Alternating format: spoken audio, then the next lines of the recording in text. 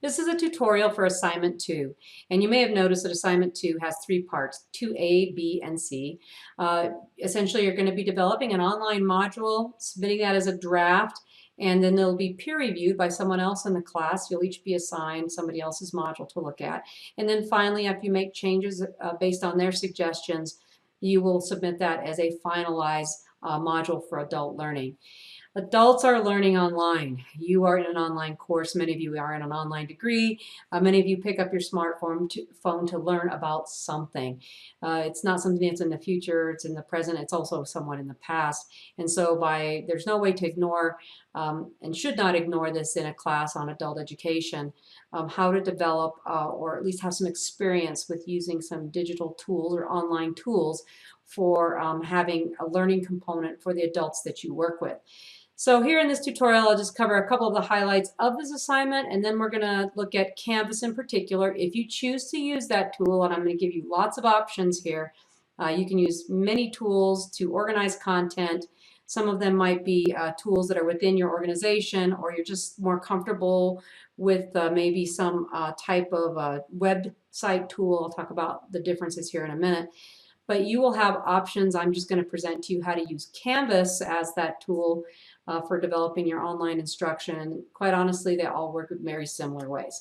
So hopefully that will help you regardless of the tool you choose. If you're working with adults, and I'm going to allow you to count secondary students here because I think that definitely in some context and with some content, they could be considered adults.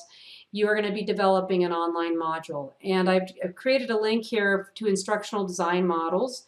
And these are the types of models that have been used for online learning. In fact, if you go into the Instructional Learning Science department here at USU, they will cover all of these types of design models. Design models are not learning theories, like we've been talking about learning theories, the way people learn. This is rather a way to deliver instruction. Where I'm having you just create one module, it's not like an entire course. These have some limited application, but I created a link so you could take a look at them. The ADDIE model is quite popular among instructional designers. It's been used to further out for training. How should we design instruction? So it talks about the analysis phase, a design phase, a development phase, how it's going to be implemented in evaluation. If you're working with adults and you are doing some sort of training programs, the ADDIE model is often turned to as a model for developing the modules. I'm just set aside in this assignment particular aspects that I want that would be considered part of it and actually are part of, you're going right to the design and development phase. I'm asking you for your audience, which is up here in the first part, instructional, clarified by instructional goals, established for learning environment. You know, who are my audience, who's the audience that I'm working with? Which is this first part right here. And I'm having you set some particular learning goals and objectives. So we are actually using this kind of in miniature, but this is what would be used for an entire training program. And there are other links on this page, so you can just take a look at them. The Dick Carey is used quite often, and many of you are familiar with backward design. If you're in formal education, this is thinking, we have this learning goal, how are we going to get here? We work backward that way. Each of these has their own caveat or criticism, if you will, but I wanted to provide you with that resource so that if you are responsible for some adult training and you're developing some online modules, here's another resource to help you guide that development of that instruction. All right, going back to the course. So that's the link here. This video is here. And then the instructions. Here's what you'll need to include in your module. You're going to create either a web page or a Canvas module, something like that. You can use a wiki site or any other learning LMS, learning management system, as noted on my wiki, or something that maybe is not noted on my wiki but is used in your organization that can organize content. And if you have a question about it, can I use this? Feel free to send me an email about that. You can use any type so long as you can send us a link and you can include these elements that are interactive here below in some way, shape, or form. So you all can read that. I talk specifically here about publishing a Canvas course, but I'll demo that in a moment, so I'm not going to talk too much more about that. Here are the elements. So have title, your name, an image that connects the content with a picture. I want to see a scenario for who this page is being developed for, just so that we have some context for the content that's there. Like if you're doing it for an adult learner in a non-formal way, myself and the peer reviewers need to know that. You can either place that right on the page, or when you submit your assignment, you could put that as text. This is my scenario, and I give you an idea of what should be included within that scenario here. You will have a learning goal or an objective outlined, and I've provided a link to Bloom's taxonomy to help you with developing the learning goal or objective. If you are doing this in a more formal setting, let's say that you are working with secondary students and you have particular standards or objectives for your curriculum, you could list one or two of those here spelled out, or you can create your own depending on the topic you've chosen. You're going to have a video demonstration or a screencast that you're going to make. And this one I'm going to pause a little bit on. You're going to have 5 to 15 minutes of instruction. You can either have someone record you doing something, or you can do what I'm doing here, a screencast with your face. The key thing is I need to see your face, not just your hands at some point. And so if you do choose to, and I've had students do all kinds of things like soldering, welding, building a greenhouse, she was making some sort of cake or crepes, bike repair. I've had quite a diverse group of instructional videos put together. So feel free to choose either way, to have a screencast or to have somebody tape you. But at the end of the day, it needs to be uploaded into your module so the rest of us, meaning the peer reviewer, myself, and at the end, anybody else who wants to take a look at it can see your face in either situation. There's been some research that suggests that seeing a face with instruction adds a sense of inclusion and connectedness. It also, they can see your tone, and with those gestures kind of get a real idea of what is important to include, or what statements are you're really trying to communicate. It's body language off of your face and with your hands, even though sometimes here you don't see mine so well. Maybe just see my arms waving around. I want a simple 1 to 3 item poll or link inside of yours. A poll tool can be used inside Canvas. Doesn't really have a good polling tool, so there's some external ones, and you can find some good poll links on my wiki, which I'll show you in a moment. A poll is just a way to take a pulse, or if you will, or a raise of hands. You know, it's how many of you feel like this. So you need to include a link, or a doodle poll could be used for maybe when can we get together asynchronously to have a discussion, and you would have a doodle poll. I want you to see you using some sort of polling link inside of your module. You're going to need to hyperlink some text. So like here's hyperlink to a rubric. Actually, that's actually hyperlinked to an external, but if you hyperlink to another website or a PDF like this, that would be fine. A hyperlink to a YouTube movie is another one, so it's a hyperlink in text going out to either web page or a PDF, or a hyperlink, and then again you'll have to have a separate one here for a hyperlink to another YouTube movie, much like the guest speakers that you see in this course. And then an assessment strategy. How are you going to hold the learner accountable for the content that you've presented based on your learning objectives? Are you going to have a small quiz? Are you going to have them? I have the word poll here, but really maybe it's a survey about the content and how they plan to use it. If it's a non-formal or informal education, you may choose to have a survey. Or maybe you are going to suggest for assessment that your students do a project, and you're going to set out some guidelines, much like this one, where they would be accountable for that material through the project. You're able to assess it, but some sort of assessment strategy.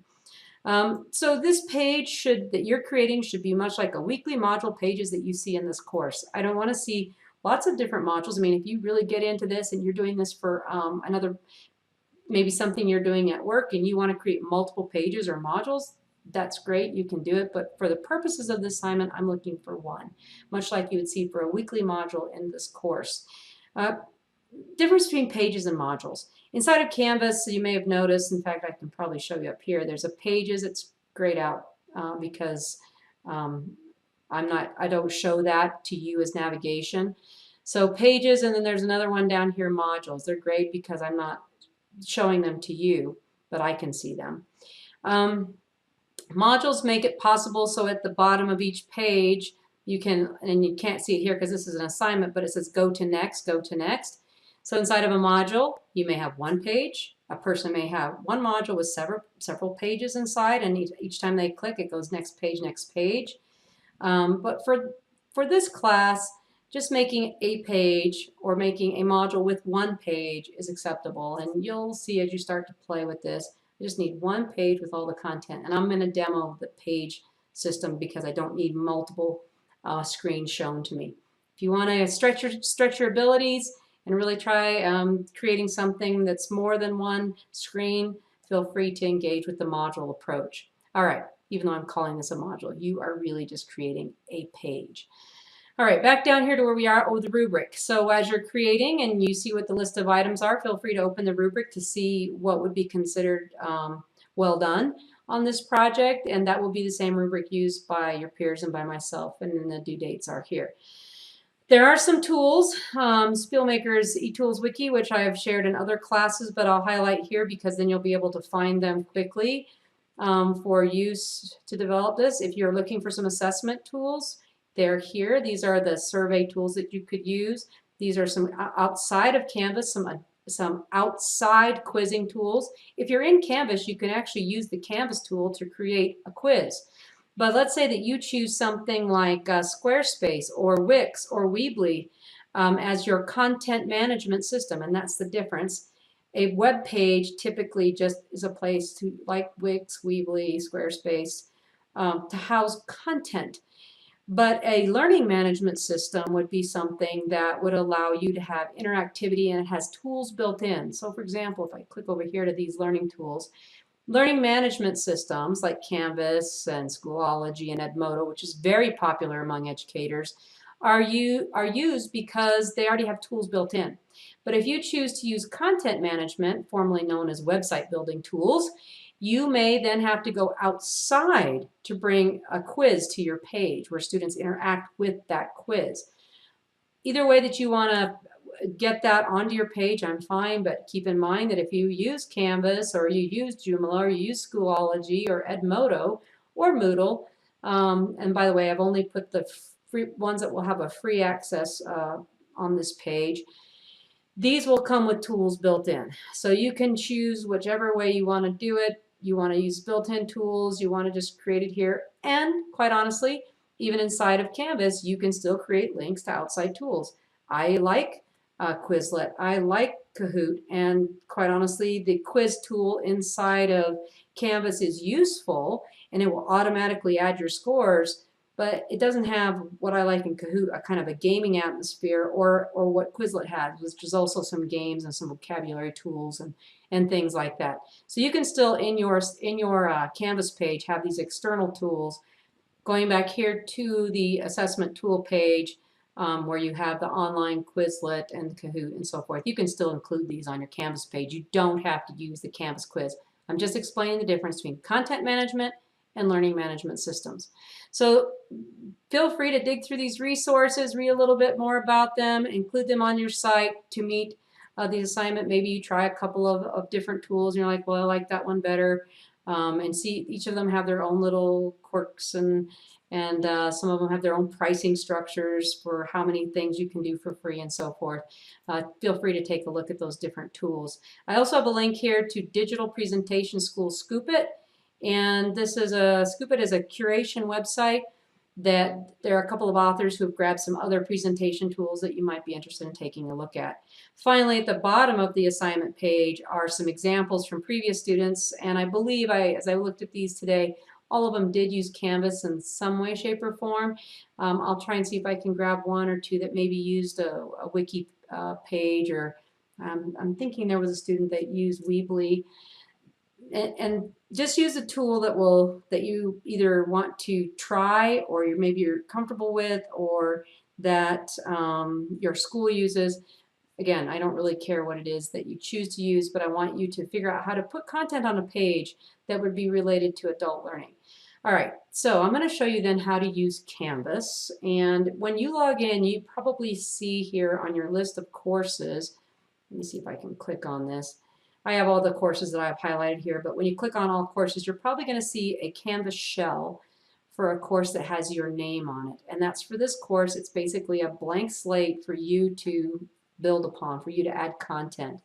And so I'll show you just a couple of ways to work on Canvas pages, a couple of the tools. And when you log in, you'll probably see something similar to this. Pages may be grayed out. I actually had to create a test page just to make sure this was going to work the way I wanted it to. But when you come in and you see this, there's some import from Commons, choose a home page, course setup checklist, probably, and it's going to be unpublished. You do have to publish it at the end, which I note in the instructions. But come on over here and just create a page. You can do a module and then add a page to it. And those of you who want to try that out, go ahead. But this is probably the easiest thing to do here.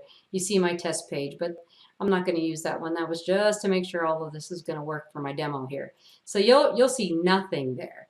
Let's say that you wanted to create one on duck carving, as I mentioned, maybe it's an informal learning situation, and you want to show a particular technique on duck carving, and you keep getting asked that question, or you just want to have some modules on your art page about duck carving. This would be informal learning.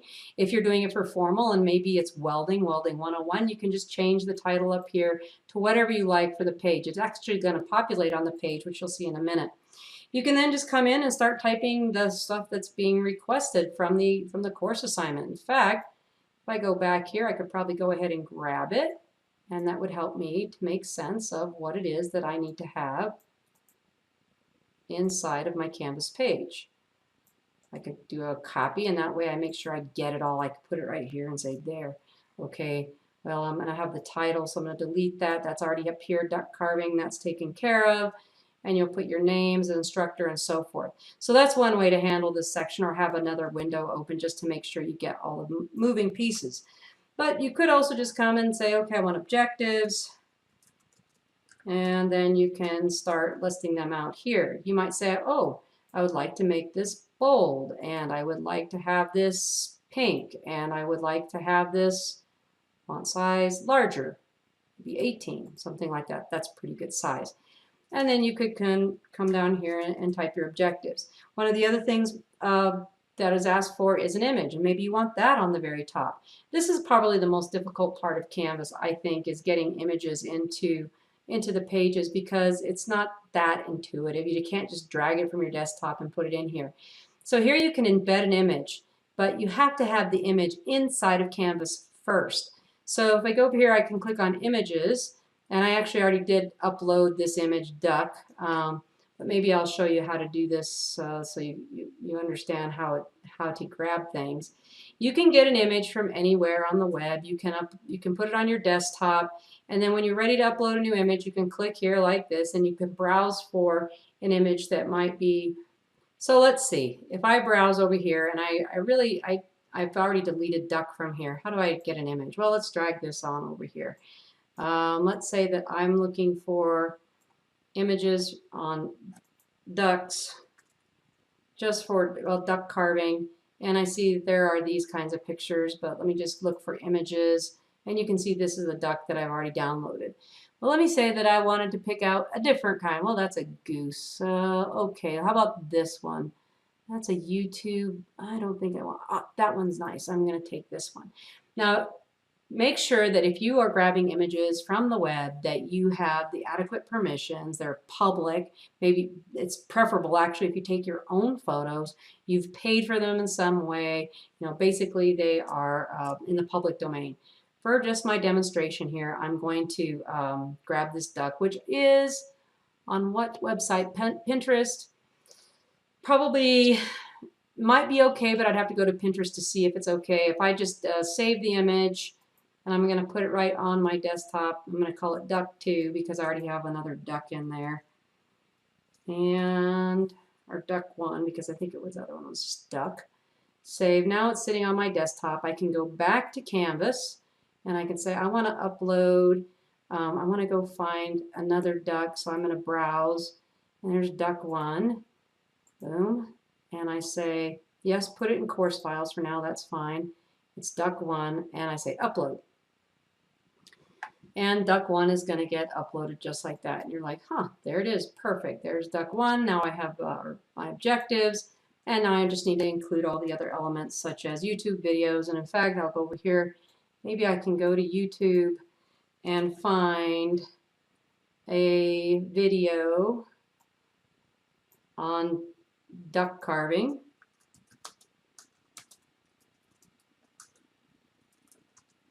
That was duck carving for beginners.